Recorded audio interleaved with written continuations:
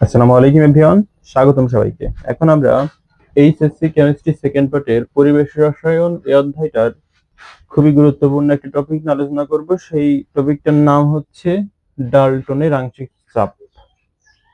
ডাল্টনের আংশিক চাপ সূত্র বলে তোমাদের বইতে একটা টপিক আছে, সেই টপিকটা নিয়ে আমরা এখন আলোচনা করব এবং এই সূত্র রিলেটেড আমরা কিছু সমস্যার সমাধান করব যেগুলো বিভিন্ন ভার্সিটি অ্যাডমিশন টেস্ট এবং বিভিন্ন বোর্ড পরীক্ষায় এসছে। তো চলো আমরা শুরু করি। মনে করো এটা একটা পাত্র, এই পাত্রে অক্সিজেন আর হচ্ছে নাইট্রোজেন এই দুইটা গ্যাস আছে, ওকে। এবং এই পাত্রের আয়তনটা মনে করো ভি এবং এর একটা নির্দিষ্ট তাপমাত্রা আছে, সেই তাপমাত্রা হলো টি। ঠিক আছে, সেই তাপমাত্রা কত? টি। আর এই যে দুইটা গ্যাস, এই দুইটা গ্যাস কিন্তু বিক্রিয়াবিহীন। এই দুইটা গ্যাস কেমন? এই দুইটা গ্যাস হচ্ছে বিক্রিয়াবিহীন,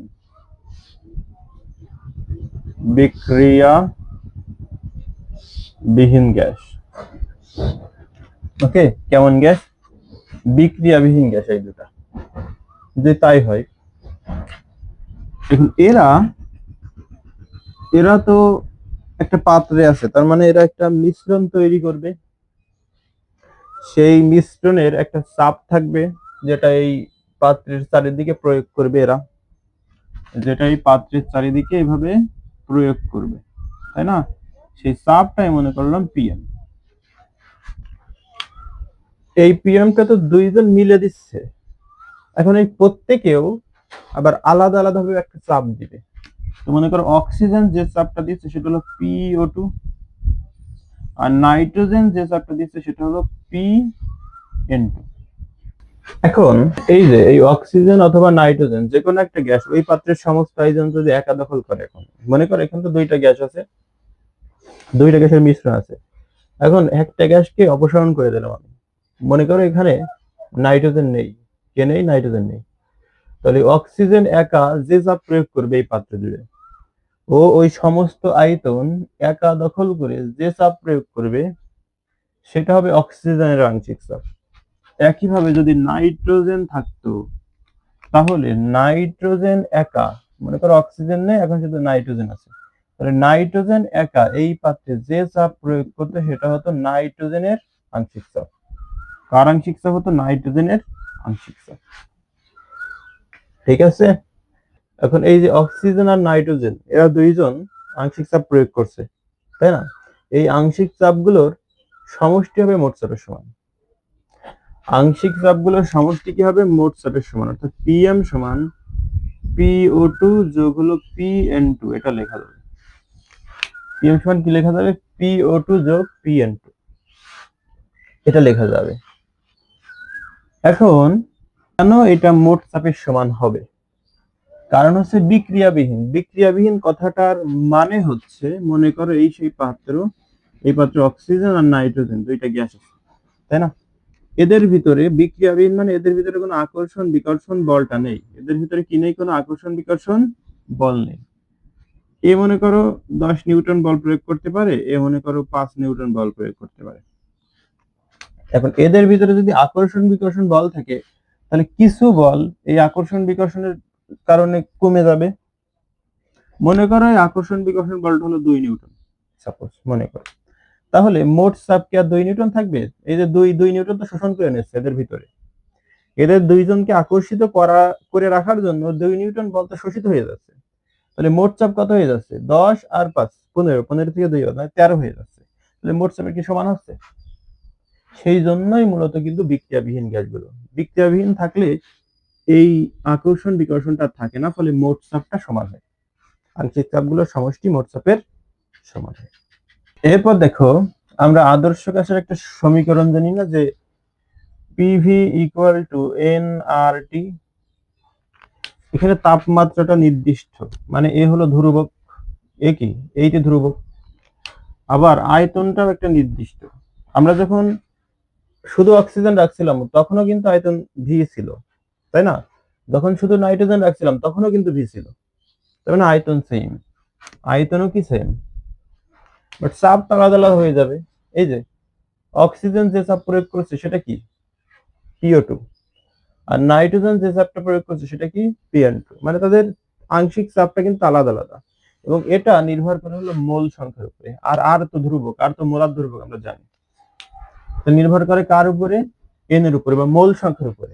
ঠিক আছে, মোল সংখ্যার উপরে ডিপেন্ড করে। মনে করে এই অক্সিজেন আছে এন অন মোল, অক্সিজেন আছে এন অন মোল, আর নাইট্রোজেন আছে N2 মোল। তাহলে কি হবে, এই সূত্রে যদি আমরা বসাই দিই তাহলে হবে হচ্ছে পি, যদি অক্সিজেনের ক্ষেত্রে হিসাব করি তাহলে PO2 নাকি, এন এর মান এন অন আর টি, আর এই ভিটা গুণ ছিল ওই পেজে কি হবে, ভাগ হবে, এটা হবে। আবার যদি আমরা PN2 নির্ণয় করি, PN2 তাহলে কি হবে, N2 RT divided by V, এই তো, এমনই তো হবে। এখন তোমার যদি আলাদা আলাদা ভাবে প্রত্যেকটা গ্যাসের মোল সংখ্যা নির্ণয় করতে, আংশিক চাপ নির্ণয় করতে বলে, কি নির্ণয় করতে বলে, আংশিক চাপ নির্ণয় করতে বলে, এবং ডেটাগুলো এই রিলেটেড, অর্থাৎ আর এর মান আছে, টি এর মান আছে, ভি এর মান আছে, এন এর মান আছে, তাহলে তুমি এইটা অ্যাপ্লাই করবা। এখন এই আংশিক চাপ নির্ণয়ের কিন্তু কয়েকটা সূত্র আছে, আমরা সেই সূত্রগুলো এক একে দেখব। কখন কোনটা ইউজ করবে সেটা এই ডাটার উপর ডিপেন্ড করবে। ওকে, তো চলো আমরা আস্তে আস্তে এগোই। তো মোট চাপটা এখানে যদি আমরা এইটার ক্ষেত্রে হিসাব করতাম, তাহলে এই যে N1 আর N2 যোগ করলে কি পাবো, মোট মোল। তাহলে মোট মোলে যে চাপটা হবে সেটাই কি, মোট চাপ।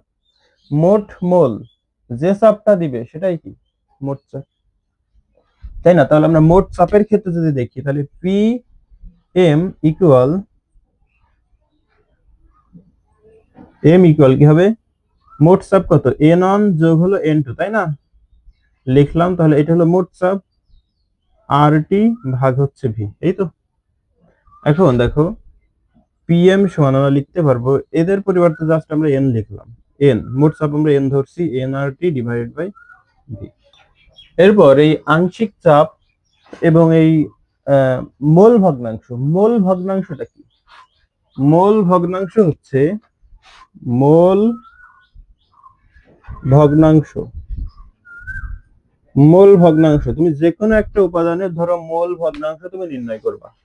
তুমি মনে করো প্রথমত অক্সিজেনের মোল ভগ্নাংশ নির্ণয় করবা, তাহলে XO2, এটা হবে অক্সিজেনের মোল সংখ্যা ডিভাইডেড বাই মোট মোল সংখ্যা। মোট মোল কত, N1 যোগ N2, তাই তো। এটা সমান কি লেখা যাবে, N1 নিচে হলো, এটা সমান কি ধরেছিলাম, N ধরেছিলাম, N, এই যে মোট মোল সংখ্যা N ধরেছিলাম। একইভাবে আমরা যদি হচ্ছে নাইট্রোজেনের ক্ষেত্রে হিসাব করি তাহলে কি হবে, N2 N1 যোগ N2 নাকি, equal N2 divide by N, এই তো, এমনই তো হবে। দেখো নাইট্রোজেনের মোল সংখ্যা, নাইট্রোজেনের মোল ভগ্নাংশ মানে নাইট্রোজেনের মোল সংখ্যা ভাগ হলো টোটাল মোল সংখ্যা। নাইট্রোজেনের মোল সংখ্যা কত ধরছিলাম, N2 ধরছিলাম, কত ধরছিলাম, N2। ক্লিয়ার? ওকে, এখন ধরো এই যে এখানে আমরা কিছু সমীকরণ পেয়েছি, এটা দাও 3 নম্বর সমীকরণ, আর এটা দাও হচ্ছে 1 নম্বর সমীকরণ, এটা দাও হচ্ছে 2 নম্বর সমীকরণ। ওকে, এখন এই 3 কে 1 দ্বারা একবার ভাগ করো, 3 কে 2 দ্বারা একবার ভাগ করো। দেখ, তাহলে প্রথমে আমরা 3 ভাগ 1 করছি।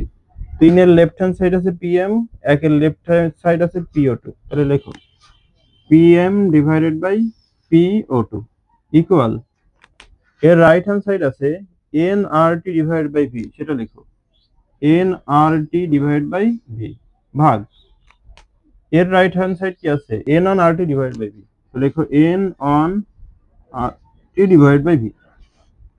এখন আমরা যদি ক্যালকুলেশন করি তাহলে RT কাটা, V কাটা, ঠিক আছে। তাহলে উপরে থেকে কি N আর নিচে থেকে কি N অন, তার মানে আমরা PM ভাগ O2 সমান কি পাচ্ছি, PM ভাগ O2 সমান আমরা পাচ্ছি N অন ভাগ হচ্ছে N, ভুল হয়েছে, এটা N ভাগ N অন, এই তো পাচ্ছি, উপরে N আর নিচে কত আছে, N অন, সেটাই।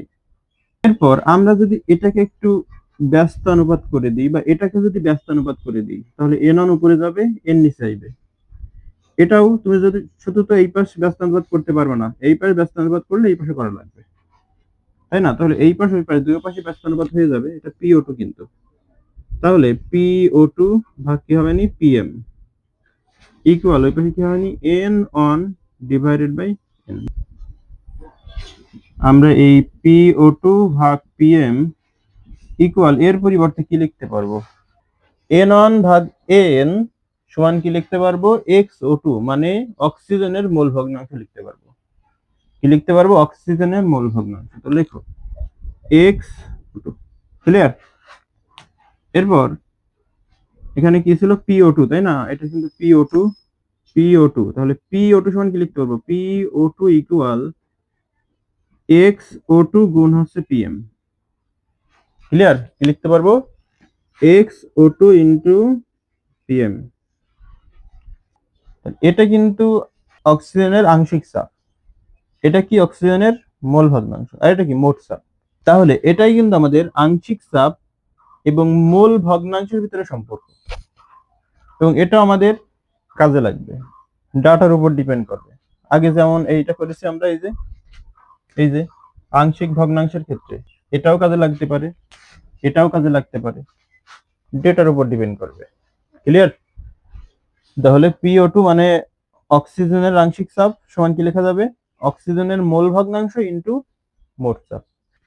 একইভাবে আমরা নাইট্রোজেনের ক্ষেত্রে কি লিখতে পারি? PN2 ইকুয়াল নাইট্রোজেনের আংশিক চাপ ইনটু মোট চাপ। এটার মতো নাইট্রোজেনের আংশিক চাপ ইনটু মোট চাপ, এটা আমরা লিখতে পারি। এগুলো কিন্তু ইম্পর্টেন্ট, যেগুলো বক্স করা এখানেও বক্স করে দিচ্ছি আমরা, যে কোনো গ্যাসের ক্ষেত্রে এটা, হ্যাঁ, শুধু যে অক্সিজেন নাইট্রোজেনের ক্ষেত্রে এমন কিন্তু না, এটা যে কোনো গ্যাসের ক্ষেত্রে। এরপর আমরা যদি দুইটা পাত্রকে একসাথে সংযুক্ত করে দেই,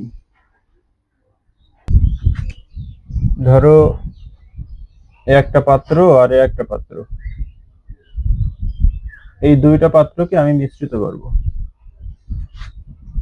ঠিক আছে? এখানে আছে অক্সিজেন আর এখানে আছে নাইট্রোজেন, দুইটা গ্যাস আছে। এখন এর আদি চাপটা মনে করলাম আমি PA, আর আদি আয়তনটা মনে করলাম VA। ঠিক আছে? এর আদি চাপটা মনে করলাম PB এবং আদি আয়তনটা মনে করলাম VB। ঠিক আছে? মিশ্রণের মোট চাপ মনে করলাম PM, মিশ্রণের মোট চাপ কি PM, আর মিশ্রিত হওয়ার পরে মোট যে আয়তন সেটা হবে V1 plus VA plus VB। কি হবে? VA প্লাস VB, মানে দুইজনের আয়তনটা মিলেমিশে একাকার হয়ে যাবে, তখন আয়তনটা হয়ে যাবে VA প্লাস VB মিশ্রণের আর কি। এখানে মনে করলাম N অক্সিজেন আছে N মোল এবং নাইট্রোজেন আছে N বিমোল। তাহলে মোট মোল কত হবে? মোট মোল হবে Na যোগ Nb। কত হবে? Na যোগ Nb মোট মোল, তাই না? এখন আমরা যদি বয়েলের সূত্রটা খাটাই, বয়েলের সূত্র কি ছিল? বয়েলের সূত্র ছিল P1 V1 সমান P2 V2, এই তো। তো P1 হলো আদি চাপ, V1 হলো আদি আয়তন, P2 হলো শেষ চাপ, V2 হলো শেষ আয়তন। তো আদি আয়তন আদি চাপ আছে, বাট শেষ চাপ তো নেই। তো শেষ চাপটা যখন আয়তনটা ভিন্ন হয়ে যাবে, প্রথমে VA আয়তনে PA চাপ ছিল, ভালো কথা, এখন VA প্লাস VB আয়তনে কি হয়ে যাবে? চাপটা ভিন্ন কিছু হয়ে যাবে। তো সেটা মনে করো হচ্ছে হলো PO2। কত হচ্ছে? PO2 কত হলো? PO2। এখন মান বসো, P1 বলতে PA, V1 বলতে VA ইকুয়াল P2 বলতে কত? এই যে PO2 আর V2 বলতে VA যোগ VB, মানে মিশ্রিত হওয়ার পরের আয়তন, মিশ্রিত হওয়ার পরে যে চাপটা দিচ্ছে সেটা ইনটু মিশ্রিত হওয়ার পরের আয়তন।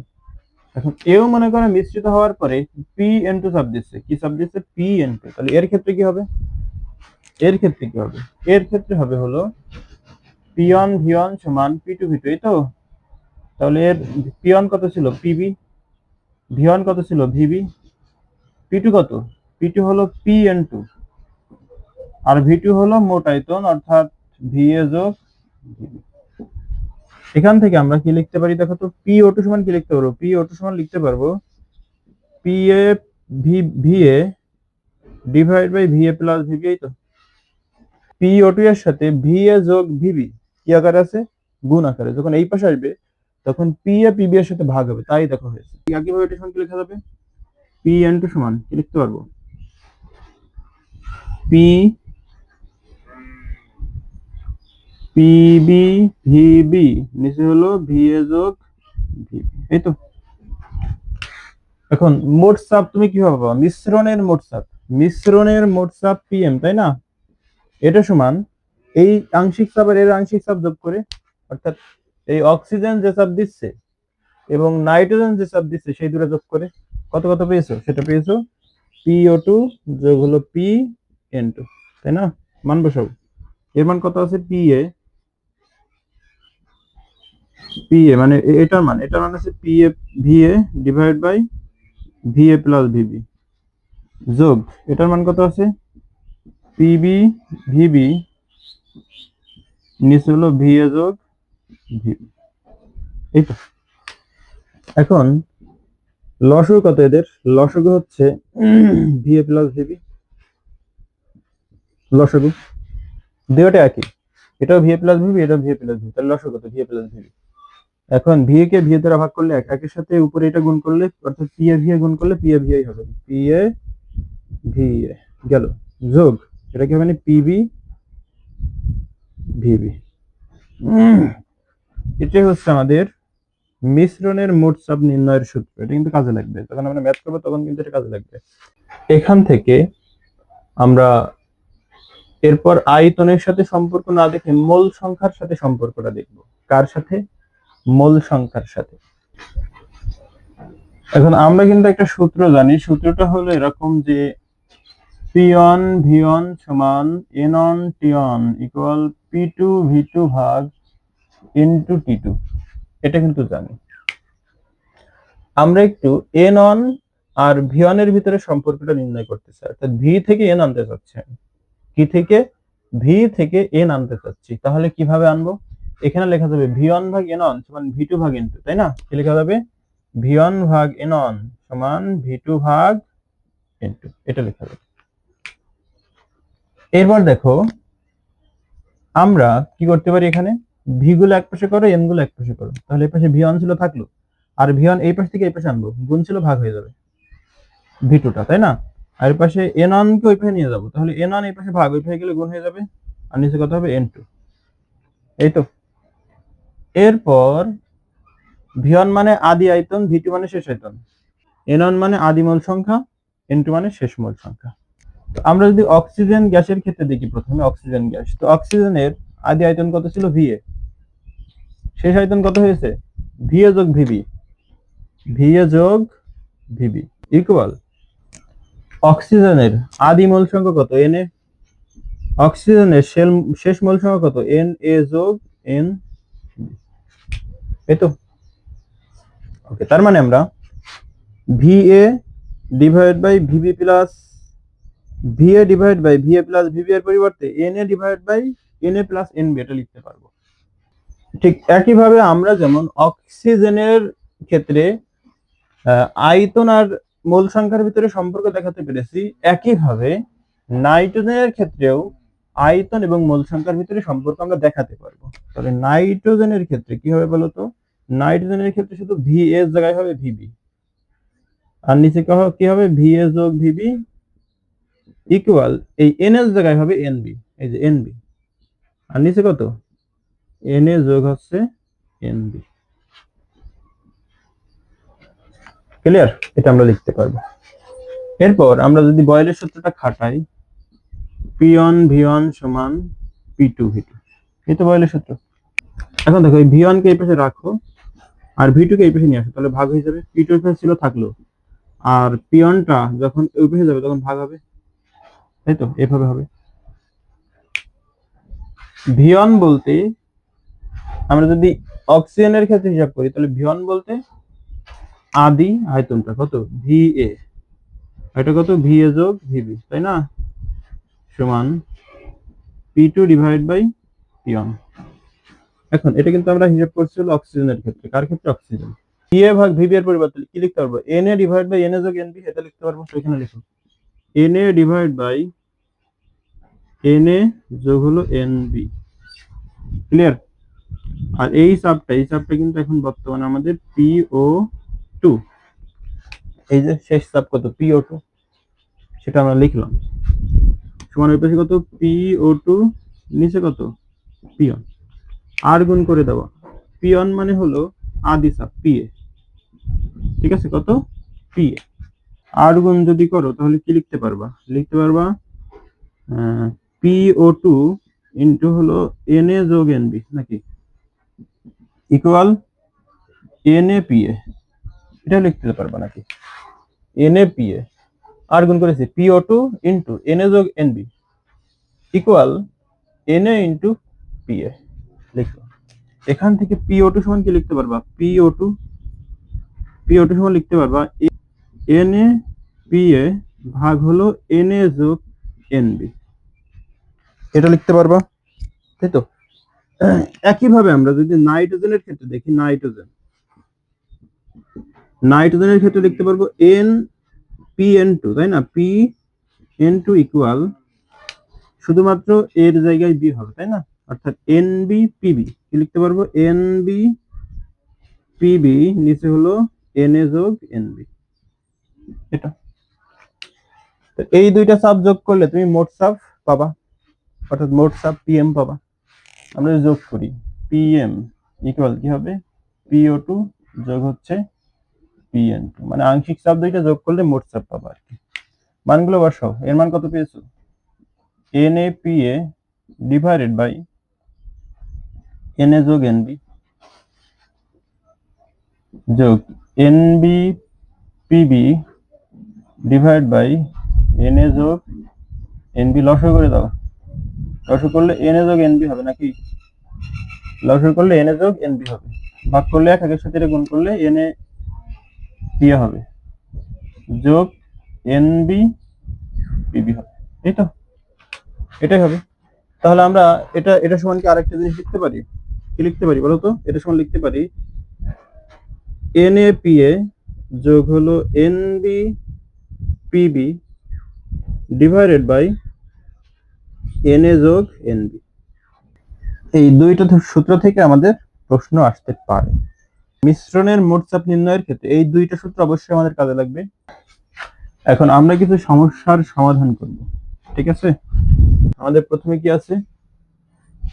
এক নম্বরে কি আছে? এক নম্বরে আছে হলো এত গ্রাম অক্সিজেন আর এত গ্রাম কার্বন ডাইঅক্সাইড গ্যাস মিশ্রণে কার্বন ডাইঅক্সাইডের মোল ভগ্নাংশ নির্ণয় করো। তো মোল ভগ্নাংশ নির্ণয়ের সূত্র কি ছিল? যার মোল ভগ্নাংশ নির্ণয় করব তার মোল সংখ্যা ডিভাইড বাই মোট মোল সংখ্যা। তাহলে এখানে তো মোল সংখ্যা দেওয়া নেই, এখানে পরিমাণটা গ্রামে দেওয়া আছে, তাহলে এদের মোল সংখ্যাটা নির্ণয় করে নিতে হবে। তাহলে অক্সিজেনের মোল সংখ্যা N অন দিলাম আমি, সমান অক্সিজেনের পরিমাণ 1.023 ভাগ অক্সিজেনের আণবিক ভর। তো অক্সিজেনের আণবিক ভর হলো 32, কত? 32 ভাগ করে তুমি কিছু একটা পাবা, ঠিক আছে? কিছু একটা পাবা, ওকে। এরপর কার্বন ডাই অক্সাইডের ক্ষেত্রে যদি দেখি তাহলে এটা N2 ধরলাম, তাহলে এর আমাদের পরিমাণটা দেওয়া রয়েছে, মোল সংখ্যা নির্ণয় করতে হবে। তাহলে পরিমাণ থেকে মোল সংখ্যা নির্ণয় করতে গেলে যা দেওয়া থাকবে ওই পরিমাণকে ওর আণবিক ভর দ্বারা ভাগ করতে হয়, ঠিক আছে? তাহলে আণবিক ভর, কার্বন ডাই অক্সাইডের আণবিক ভর হলো 44। এখান থেকে তুমি একটা ফলাফল পাবে। এরপর আমরা যেহেতু কার্বন ডাই অক্সাইডের মোল সংখ্যা নির্ণয়, মোল ভগ্নাংশ নির্ণয় করবো, তাহলে কার্বন ডাই অক্সাইডের মোল ভগ্নাংশ ইকুয়াল লেখা যাবে কার্বন ডাই অক্সাইডের মোল সংখ্যা। তো কার্বন ডাই অক্সাইডের মোল সংখ্যা কত? N2 ভাগ হলো মোট মোল সংখ্যা। তাহলে মোট মোল সংখ্যা মানে অক্সিজেনের মোল সংখ্যা আর কার্বন ডাই অক্সাইডের মোল সংখ্যা যোগফল, অর্থাৎ N1 যোগ হলো N2। ক্যালকুলেশন করবে এবার। এই যে N1 এর মান এখান থেকে পাবা, N2 এর মান এখান থেকে পাবা, সেই মানগুলো এখানে বসিয়ে ক্যালকুলেশন করবে, অ্যান্সার চলে আসবে। ক্লিয়ার? তারপরে কি আছে দেখো তো? তারপরে হলো 16 গ্রাম অক্সিজেন এবং 32 গ্রাম মিথেনের মিশ্রণে মিথেনের আংশিক চাপ নির্ণয় করো। মিথেনের আংশিক চাপ নির্ণয় করো এবং মিশ্রণের মোট চাপ 200 atm। তাহলে আমরা কিন্তু সূত্র পড়েছিলাম একটু আগে, সেই সূত্রটা কি ছিল? কোন একটা উপাদানের আংশিক চাপ, যে কোনো উপাদান হতে পারে, উপাদানের আংশিক চাপ সমান কি পড়েছিলাম? আংশিক চাপ সমান পড়েছিলাম মোল ভগ্নাংশ, ওই উপাদানের, এই উপাদানের মোল ভগ্নাংশ একটু মোট চাপ। তাহলে কোন একটা উপাদানের আংশিক চাপ সমান কি পড়েছিলাম? যেই উপাদানের আংশিক চাপ ওই উপাদানের মোল ভগ্নাংশ ইনটু মোট চাপ, এটা পড়েছিলাম। তাহলে এই উপাদানের মোল ভগ্নাংশ আমরা কিভাবে পাবো? মোল ভগ্নাংশ একটু করে আসছে, যেটা কার কার নির্ণয় করতে হবে? মিথেনের। তাহলে মিথেনের মোল সংখ্যা আমাদের নির্ণয় করে নিতে হবে। যে গ্রাম আছে, গ্রাম আছে না অক্সিজেন, তাহলে আমাদের এখানে যদি নির্ণয় করি অক্সিজেনের মোল সংখ্যা n1 সমান কি হলো? n1 সমান হবে অক্সিজেনের যে পরিমাণটা দেওয়া থাকবে ওইটা ডিভাইডেড বাই ওর আণবিক ভর। এটা এখান থেকে ক্যালকুলেশন করলে 0.5 পাবো। কত পাবো? 0.5। আবার মিথেন CH4 এর মোল সংখ্যা যদি হিসাব করো তাহলে এর পরিমাণটা কত দিয়ে আছে? 32। কত দিয়ে আছে? 32। মিথেনের আণবিক ভরটা কত? মিথেনের আণবিক ভর হলো 12, 12 হচ্ছে 16। কত হলো? 16। তার মানে কত? 2। ঠিক আছে, তাহলে n2 এর মান হলো 2 আর n1 এর মান হচ্ছে 0.5। এখন আমাদের কার আংশিক চাপ নির্ণয় করতে হবে? মিথেনের। মানে মিথেনের মোল ভগ্নাংশটা নির্ণয় করতে হবে, কিন্তু মিথেনের মোল ভগ্নাংশ, যেহেতু আমরা এখানে মিথেনের আংশিক চাপ নির্ণয় করছি, সুতরাং এখানে লিখতে হবে XCH4, মানে মিথেনের মোল ভগ্নাংশ ইনটু মোট চাপ। এখন মিথেনের মোল ভগ্নাংশ যদি নির্ণয় করতে চাই তাহলে মিথেনের মোল সংখ্যাকে মোট মোল সংখ্যা দ্বারা ভাগ করতে হবে। তাহলে মিথেনের মোল সংখ্যা হলো 2 ভাগ মোট মোল সংখ্যা। মোট মোল সংখ্যা বলতে মিথেনের মোল সংখ্যা এবং আরো যে উপাদান আছে তার মোল সংখ্যার যোগফল, অর্থাৎ 0.5 যোগ হচ্ছে 0.2। ঠিক আছে, এর সাথে গুণ করবা তুমি মোট চাপ। মোট চাপ কত আছে? 200 অ্যাটমসফিয়ার। এর সাথে 200 গুণ করে দিলেই তোমার মানটা চলে আসবে। ওকে, এর সাথে 200 গুণ করে দিলেই মানটা চলে আসবে। তো এই ক্যালকুলেশনটা তোমরা করো। এরপরে বলছে যে 0.8 অ্যাটমসফিয়ার এবং 1 লিটার যোগ হলো 0.7 অ্যাটমসফিয়ার এবং 1 লিটার, এদের মোট যে আয়তন সেটা হয়েছে 1.5 লিটার। মিশ্রণের মোট চাপ নির্ণয় করো। একটু আগে মিশ্রণের মোট চাপ নির্ণয়ের সূত্র কিন্তু আমরা দেখে আসলাম, তাই না? সেই সূত্রটা কি ছিল? PM সমান ছিল, দুইটা সূত্র ছিল, একটা ছিল চাপ আর মোল সংখ্যার ভিতরে সম্পর্ক, আর একটা ছিল চাপ আর আয়তনের ভিতরে সম্পর্ক। এখানে দেখো আছে হলো চাপ আর আয়তন। চাপ আর আয়তন, তাহলে চাপ আর আয়তনের সাথে সম্পর্কিত যে সমীকরণটা আমরা পেয়েছি ওটাই লিখবো। ঠিক আছে, অর্থাৎ কি পাইছিলাম? P1 V1 plus P2 V2 ভাগ হচ্ছে V1 প্লাস, এটা করো করো। তাহলে কত হচ্ছে? P1 কত? P1 হচ্ছে 0.8, 0.8 গুণ 1 যোগ এটা কত? 0.7 গুণ 1। নিচে হলো V1 যোগ V2। V1 যোগ V2 কত হয়েছে এখানে? 1.5। যদিও যোগ করে 1 যোগ 1 কত হয়? 2 হয়। যদি এই পরিমাণটা না দেওয়া থাকতো তাহলে 2 হতো, বাট শেষ আয়তনটা যেহেতু দেওয়া আছে সুতরাং V1 প্লাস V2 এর মান হবে 1.5। এটা যদি না দেওয়া থাকতো তাহলে আমরা 1 যোগ 1 করতাম, বাট এটা যেহেতু দেওয়া আছে তাহলে ওটা লেখার সুযোগ নেই। এটা কিন্তু শেষ আয়তন। এটা কি? শেষ আয়তন। শেষ আয়তনটা আমরা দিয়ে দিয়েছে 1.5 লিটার। ঠিক আছে, এই তাহলে এখান থেকে ক্যালকুলেশন করা মান বেরিয়ে যাবে। তারপর কি বলছে দেখো, তারপর বলছে 25 ডিগ্রি সেলসিয়াস তাপমাত্রায় দুইটি তরলের বাষ্পচাপ যথাক্রমে 15 কিলোপ্যাসকেল আর 40 কিলোপ্যাসকেল। ওই তাপমাত্রায় 1 মোল A এবং 2 মোল B এর একটি আদর্শ মিশ্রণের বাষ্পচাপের পরিমাণ। ঠিক আছে, আদর্শ মিশ্রণের বাষ্পচাপের পরিমাণ। তো এখানেও দেখো মিশ্রণের বাষ্পচাপ চেয়েছে। কার? মিশ্রণের চাপ। এই যে চাপ কথাটা উল্লেখ আছে, মানে PM এর মান চেয়েছে। কার মান? PM এর মানটা চেয়েছে। এবং এটা কার কার ভিতরে সম্পর্কিত? এটা চাপ আছে, তাই না? এটা কি চাপ? আর মোল সংখ্যা দিয়ে দিয়েছে, আয়তন কিন্তু দেয়নি আমাদের। চাপ আর মোল সংখ্যা দিয়েছে, আয়তন কিন্তু দিয়ে দেয়নি। দেখো দুইটা গ্যাস, একটা হলো এ গ্যাস আর একটা হলো বি গ্যাস। তো এ গ্যাসের চাপ দিয়ে দিয়েছে, এ গ্যাসের মোল সংখ্যা দিয়ে দিয়েছে, আর বি গ্যাসেরও চাপ দিয়ে দিয়েছে, বি গ্যাসের মোল সংখ্যা দিয়ে দিয়েছে। তাহলে এটা কি আর এই সূত্রে খাটবে, P one V one plus P two V two divide by V one V two? এটা তো হবে না। আমরা আর একটা সূত্র পড়েছি এর, সেটা হলো এরকম যে পি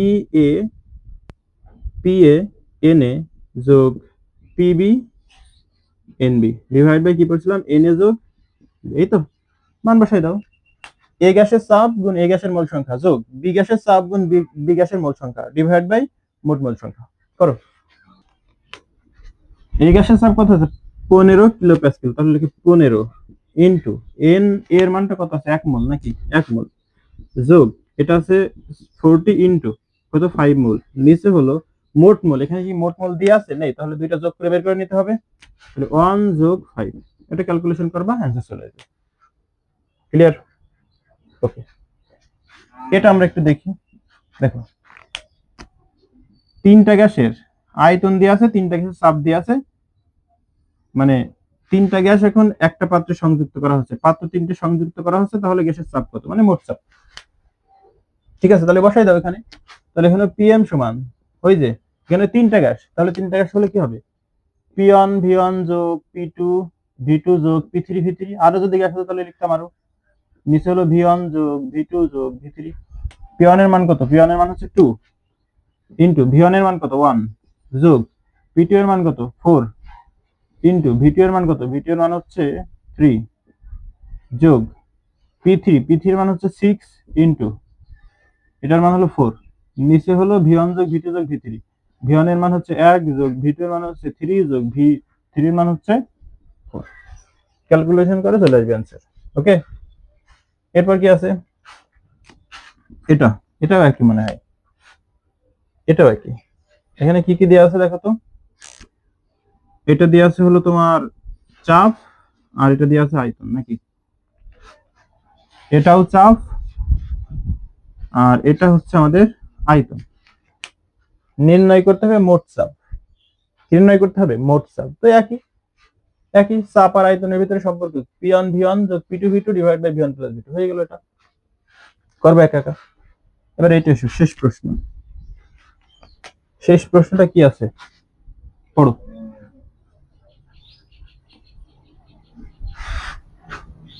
এত লিটার আয়তনের একটি বদ্ধ পাত্রে এত প্যাসকেল চাপে 300 কেলভিন তাপমাত্রায় 140 গ্রাম নাইট্রোজেন এবং 200 গ্রাম অজ্ঞাত গ্যাস আছে। অজ্ঞাত গ্যাস বলতে এখানে বি গ্যাস ধরেছে আর কি, অজ্ঞাত গ্যাসটা বি, হ্যাঁ এই অজ্ঞাত গ্যাসটা কি বি। তো বলছে বি এর আণবিক ভর কত, মানে এই অজ্ঞাত গ্যাস বি এর, অজ্ঞাত গ্যাস বি রাখা আছে, এই বি এর আণবিক ভরটা নির্ণয় করতে হবে, মানে বি গ্যাসের যে আণবিক ভর, অজ্ঞাত যে গ্যাস, সেই গ্যাসটার আণবিক ভরটা আমাদের নির্ণয় করতে হবে। চলো আমরা দেখি। দেখো আমরা প্রথমে যদি এই মিশ্রণের আমাদের কি কি দেওয়া আছে, এটা দেওয়া রয়েছে ভি এর মান, এটা কার মান দেওয়া রয়েছে, ভি এর মান, এটা কার মান দেওয়া রয়েছে, পি এর মান, এটা কার মান দেওয়া রয়েছে, টি এর মান। এখান থেকে এন এর মান নির্ণয় করতে হবে না, এন এর মান আদর্শ গ্যাসের সমীকরণ কি জানি, দেখো পিভি ইকুয়াল টু এন আর টি জানি না, এন সমান কি লেখা যাবে, পিভি ডিভাইড বাই আর টি, এটাই তো লেখা যাবে। এখান থেকে তো সহজে নির্ণয় করা যায়। পি এর মান কত আছে বলো, পি এর মান হলো 3 into 10 to the power 5 pascal. Okay, তাহলে ওইটা যদি প্যাসকেলে নিই, আমরা যদি চাপকে প্যাসকেলে নিই, আয়তনকে নিতে হবে হলো মিটার কিউব এককে, তাহলে মিটার কিউব এককে নিলে কি হবে, নি পি ওয়ান মানে পিভি, ভি বলতে কত 83.14, এটা লিটার ছিল, এটা থেকে মিটার কিউবে যেতে হলে 10 টু দি পাওয়ার -3 দ্বারা গুণ করতে হবে। নিচে আর এর মান আর টি এর মান, আর টি এর মান কত, টি এর মান হলো 300 কেলভিন, কে নাল হিয়ার। আর এর মানটা আমরা যেহেতু এটা প্যাসকেল আর মিটার কিউব এককে নিয়েছি, তাহলে এসআই এককে আর এর মানটা নিতে হবে। আমরা যদি এটা এটিএম আর লিটার এককে নিতাম, এটা নিতাম লিটার এককে, এই যে এইটা এটা আয়তনটা আমরা লিটার এককে নিতাম, আর চাপটাকে যদি আমরা হচ্ছে অ্যাটমসফিয়ার এককে নিতাম, তাহলে কিন্তু এই আর এর মানটা লিটার অ্যাটমসফিয়ার এককে নিতে হতো। যেহেতু আমরা তা করিনি, আমরা করেছি এটা প্যাসকেলে আর এটা কিছু মিটার কিউব, তাহলে এটা নিতে হবে এসআই এককে। এসআই এককে এর মানটা হলো 8.314। ক্লিয়ার? এটা করবা, ক্যালকুলেশন করবা, দেখবা আসবে হলো 10। কত আসবে? 10 মোল আসবে। তা আমরা মিশ্রণের মোট মোল সংখ্যা পেয়ে গেলাম। এখন দেখো, যদি আমরা নাইট্রোজেনের মোল সংখ্যা আর এই অজ্ঞাত যে বি গ্যাস এর মোল সংখ্যা যোগ করি, তাহলে কি পাবো? মোট মোল সংখ্যা লিখতে পারবো। নাইট্রোজেনের মোল সংখ্যা, নাইট্রোজেনের মোল সংখ্যা যোগ কার মোল সংখ্যা? যোগ হলো অজ্ঞাত মানে বি এর মোল সংখ্যা সমান মোট মোল সংখ্যা। মোট মোল সংখ্যা কত পেয়েছি? 10, তাহলে সমান 10 লিখতে পারবো। নাইট্রোজেনের মোল সংখ্যা আমরা কিভাবে পাবো? ওর যে পরিমাণটা দেওয়া আছে সেটাকে ওর আণবিক ভর দ্বারা ভাগ করি, তাহলে ওর পরিমাণটা কত? 140। তাহলে 140 ভাগ ওর পরিমাণ হলো, ওর আণবিক ভর কত? 14 দুগুণী 28 যোগ বি এর মোল সংখ্যা কিভাবে পাবো? বি এর মোল সংখ্যা বি এর পরিমাণকে বি এর আণবিক ভর দ্বারা ভাগ করে। তাহলে বি এর পরিমাণ কত আছে? 200 ভাগ এর আণবিক ভরটা আমরা ধরে নিলাম এমবি। ক্লিয়ার? হবে কত? 10। এখান থেকে ক্যালকুলেশন করে তুমি এমবি এর মানটা নির্ণয় করতে পারবা। ঠিক আছে? এখান থেকে ক্যালকুলেশন করে তুমি এমবি এর মানটা নির্ণয় করতে পারবা। তাহলে এমবি মানে কত? এই যে বি গ্যাসের আণবিক ভর,